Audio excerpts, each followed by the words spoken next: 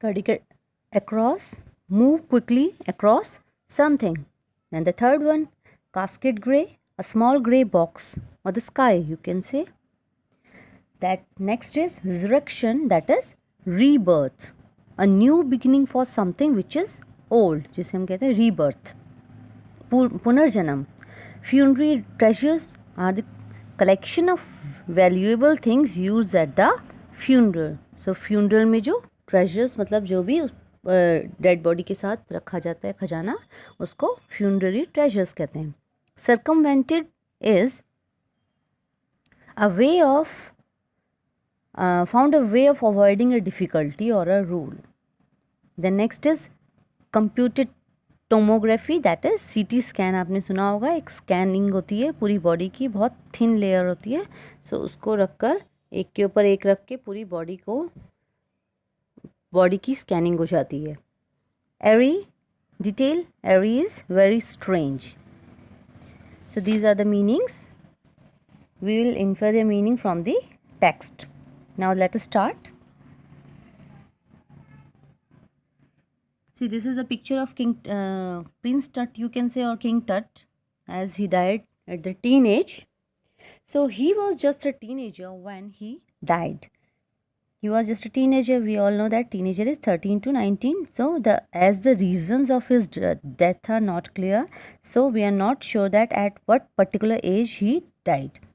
So these are only speculations, guesses. So that's what the chapter says. Discovering Tut means discovering the reason of the death of Tut.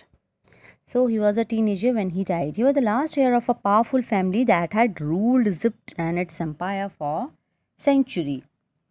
So he was the last heir of his powerful family because उसकी marriage ही नहीं हुई थी. Before marriage he died. So he was the last heir of the family.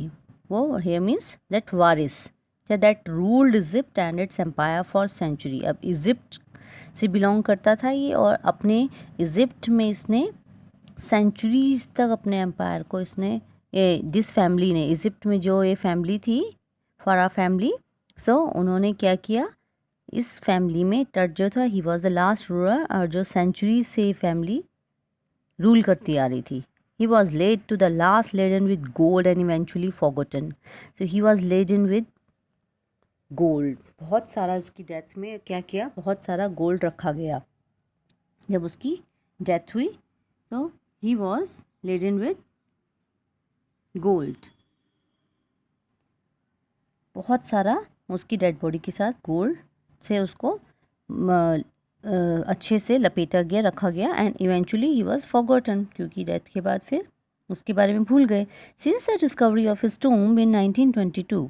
अब लेकिन 1922 में अब उसकी death के बारे में लोग जब डिस्कवरी होने लगी तो modern world has speculated about what happened to him, with murder being the most extreme possibility.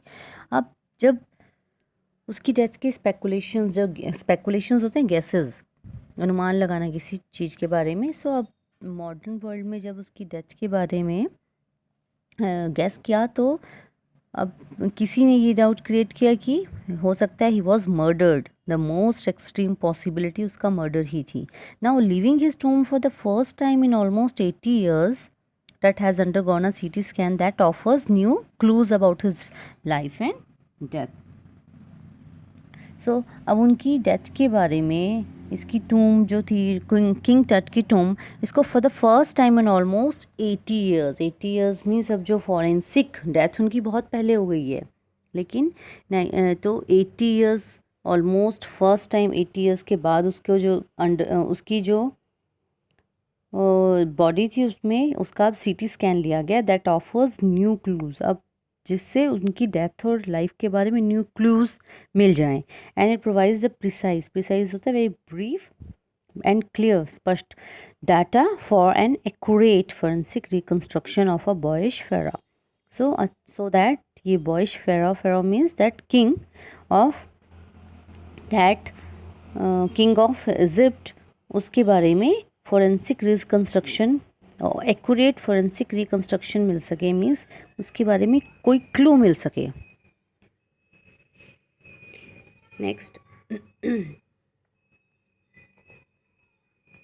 An angry wind stirred up ghostly dust. Devils at King Tut was taken from his resting place in the ancient Egyptian cemetery known as the Valley of the Kings.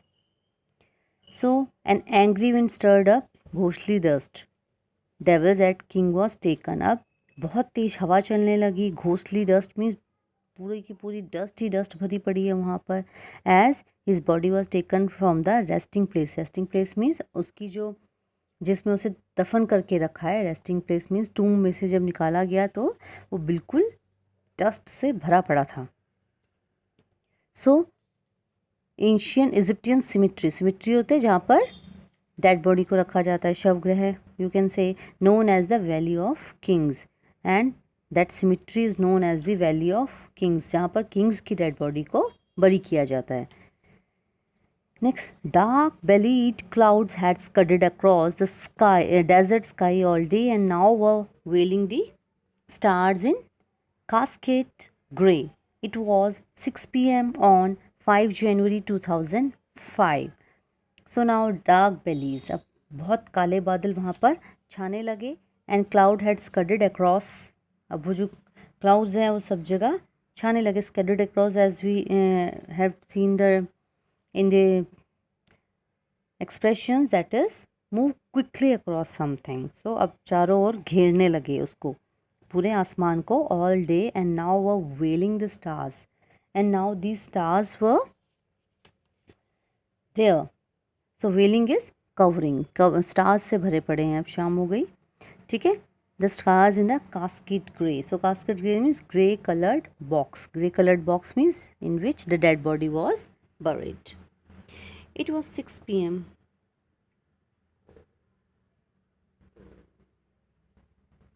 on 5 January 2005 and it was the day. It was 6 p.m. शाम के 6 बज रहे हैं. 5 जनवरी 2005 की बात है ये.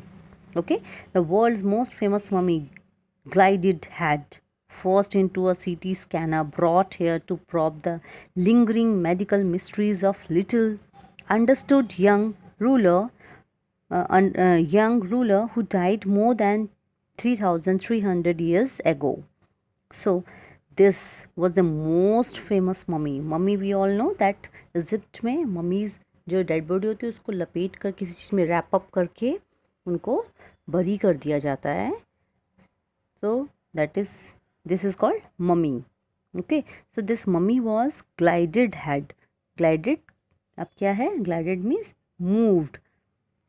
अब इट इज़ ग्लाइडेड, वो जो मम्मी का हेड है, इट वॉज ग्लाइडेड इनटू सीटी स्कैनर. सीटी स्कैनर जो होती है कंप्यूटर टेमोग्राफी मशीन जो होती है, उसके अंदर अब क्या किया गया, उसको अंदर डाला गया. एग्जामिनेशन मशीन के अंदर डाला गया. प्रॉब इज़ टू एग्जामिन, और क्या करने के लिए? प्रॉब करने के लिए, एग्जामिन करने के लिए.